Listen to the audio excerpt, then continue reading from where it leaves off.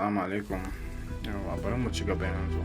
So, mene abin da nake so ma bayani yanzu akan shi wannan strategy da zamu yi amfani da shi. In ka lura wannan chart din yanzu haka, za ka ga akwai abin da yake ta repeating kanshi. In ka gane kenan. Za ka ga akwai abin da yake ta repeating kanshi a cikin chart din nan. Da wani maybe kuma sometimes ba lalle ka fahimta ba, but amma in har ka aka ma bayani, so duk market da ka shiga kana kallo za ka fahimci me yake tafiya a cikin market din. Kamar haka akwai abubuwan da yake ta repeating kanshi a ciki, in ka fahimta. So, kamar yanzu wannan da nake ma magana, abin da za mu yi amfani da shi mu dinga shiga ta shi ne ganin ga time na mu yanzu ne ya rage a kan candle na ya ƙara saura almost 3 minutes da ya fara da ta nan gudan. Yanzu for example a ce nan gudan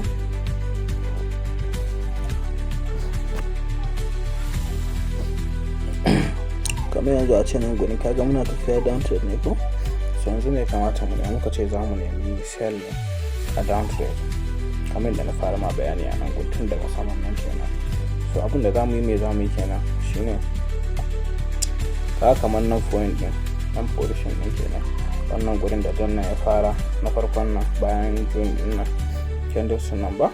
So a nan gurin ne za mu fara sell namu, amma ya za mu yi mai sell din shine yanzu yanda za mu yi sell din kaga daga kan position din nan wannan akan na biyun nan, wannan na farko yana karewa, wannan yana kullewa. So akan wannan na biyun yana buɗewa immediately za mu yi sell akan shi. Na fatan ka gane. Kaga wannan ya kare ko wannan abun ya kusan karewa ya kara mai da mu baya. So shine abun da yasa ba na son dan dogon wannan, but shine dai a nan gurin kamar yadda na ma bayani. Ka gani bayan muna tafiya kaga yana yin ya mana mai candle, ya ba mu candle na daya biyu uku green ba. So da ya tashi sai yana canja color immediately, yana canja color kaga ya ba mu red eye, ya ba mu red guda ɗaya. To yana ba mu red guda ɗaya na abun da za mu yi targeting a gaba shine za mu yi sell a ke kan candle na biyu kenan. Wannan candle na biyu za mu yi sell akan shi ne, muna yin sell akan shi sai mu ƙara jira. Fatan ka gane, in muka yi sell akan shi sai mu ƙara jira kamar da ya taho nan gurin, ya to sai zo nan gurin. Kaga nan gurin kuma shi kuma immediately da ya bada mai wannan jam yana kullewa.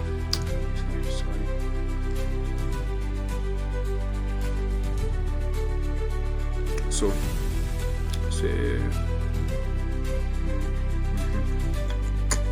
sai muka zo nan gudan immediately a gani wannan jan yana kullewa immediately mai bude da ba mu girin ba. To yana ba mu girin a nan gudun, wannan girin din yana ba mu girin. Abin da za mu yi a gaban shi shine za mu yi buy immediately.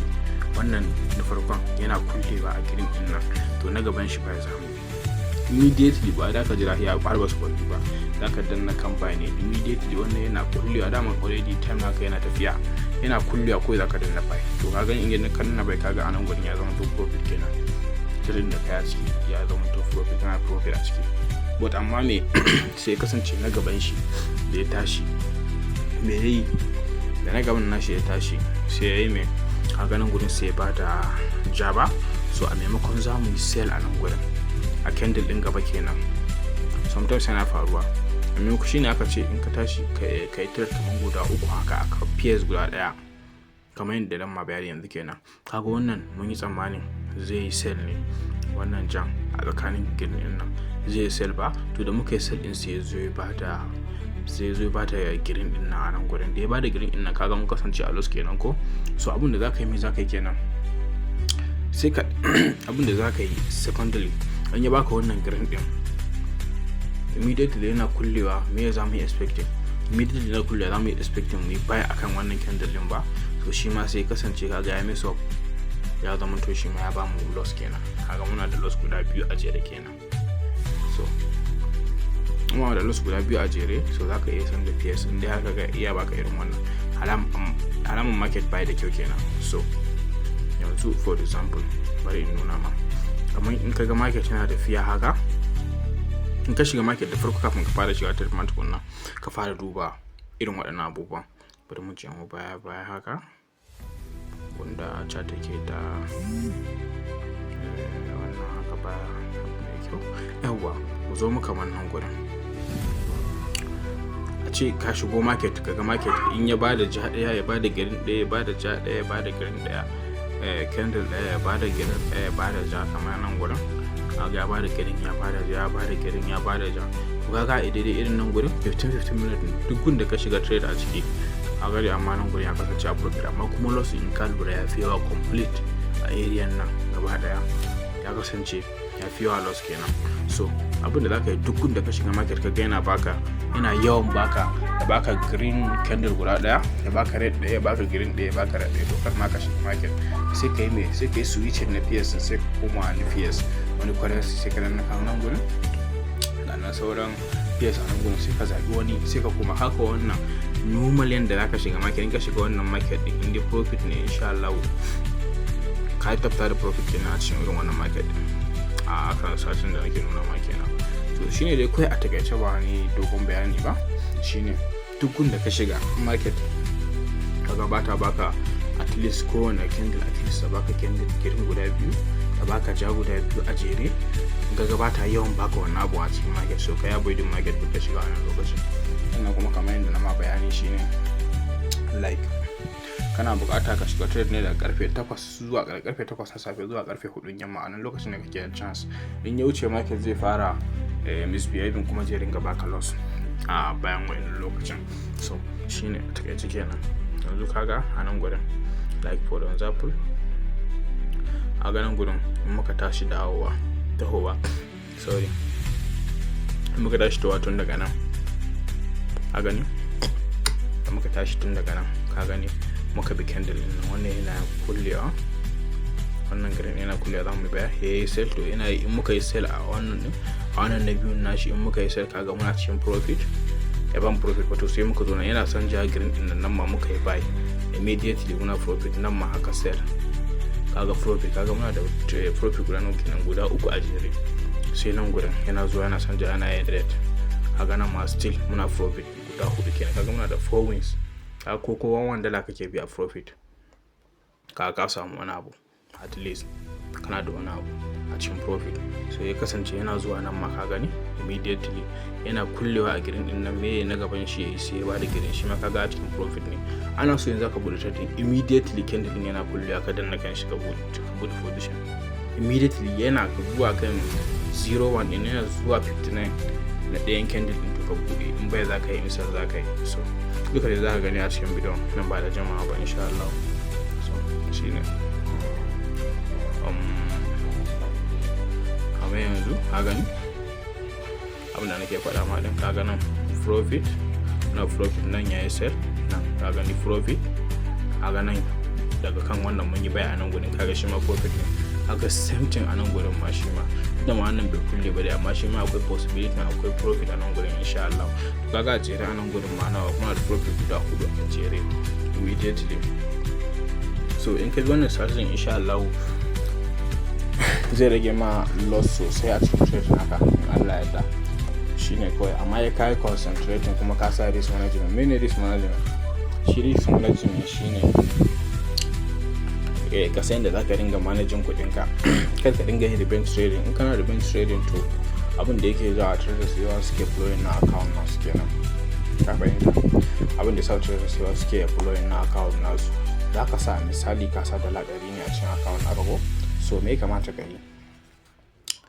Abin da ya kamata ka yi shine zaka sa risk management zaka yi sa ga abin da zaka yi kake so kai losing a account naka in kai losing wannan amount din to duk opportunity da ka gani a gaba a kasuwa in dai a wannan ranar ne ka hakura da market din ka hakura da shiga trade. Hope you understand. Da fatan ka gane duk misali a ce kana $100 kace in kai ka sa a cikin ka ringa rubutawa kuma a cikin littafi ko wani trading da ka ringa ko kuma ka cikin notepad naka ko wani makamancin haka ka ce gashi na cikin wannan account din kowane rana inda ka shiga trade kai loss na kaza to ka hakura da wannan trade a ranar sai wa shiga kuma insha Allah kuma za ka ringa specifying din trade nawa za ka ringa yi a rana. Like for example a ce ka sa $100 za ka ringa shiga trade at least kamar da $5 haka ka gane, za ka ringa shiga trade $5 sai ka ce za ka yi trading guda 3 zuwa 4. in ya kasance da loss ka yi trading guda 5.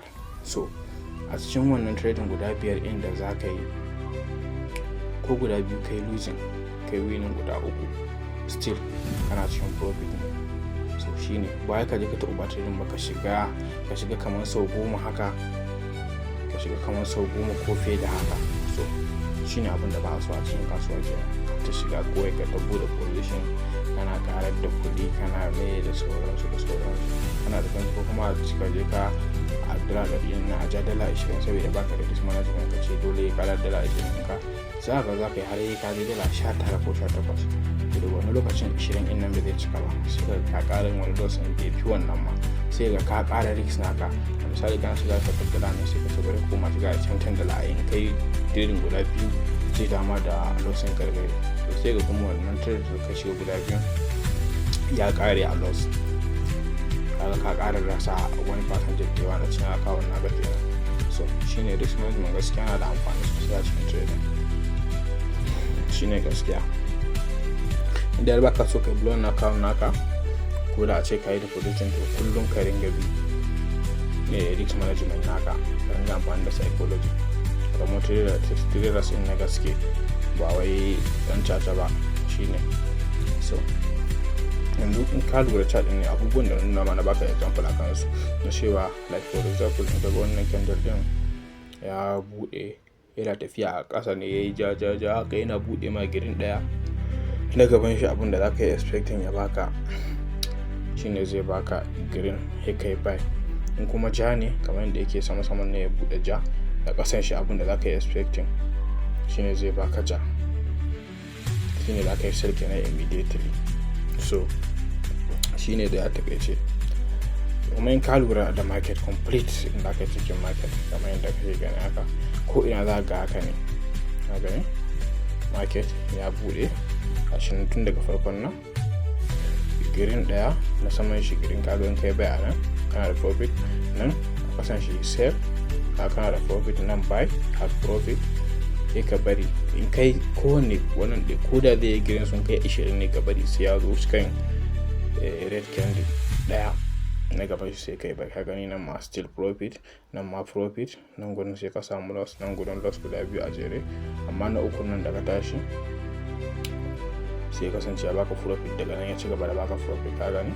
so kaga da tutun sai ya ce ko $50 ka sa ko $10 ma misali, za ka yi trading guda 5 a rana, kana da almost $4. to in dai har za ka yi managing na kuɗinka da kyau, insha Allah za ka samu wani abu da kaga a ce a misali kullum kana trade kana ajiye $4, sai ka yi mu kanka decision cewa wannan kuɗin da ka yi depositin za ka ringa withdrawal ne kowane ƙarshen sati haka, for example a ce so ka kowane ƙarshen satin za ka ringa withdrawing a kana da wajen almost $20 zuwa 30.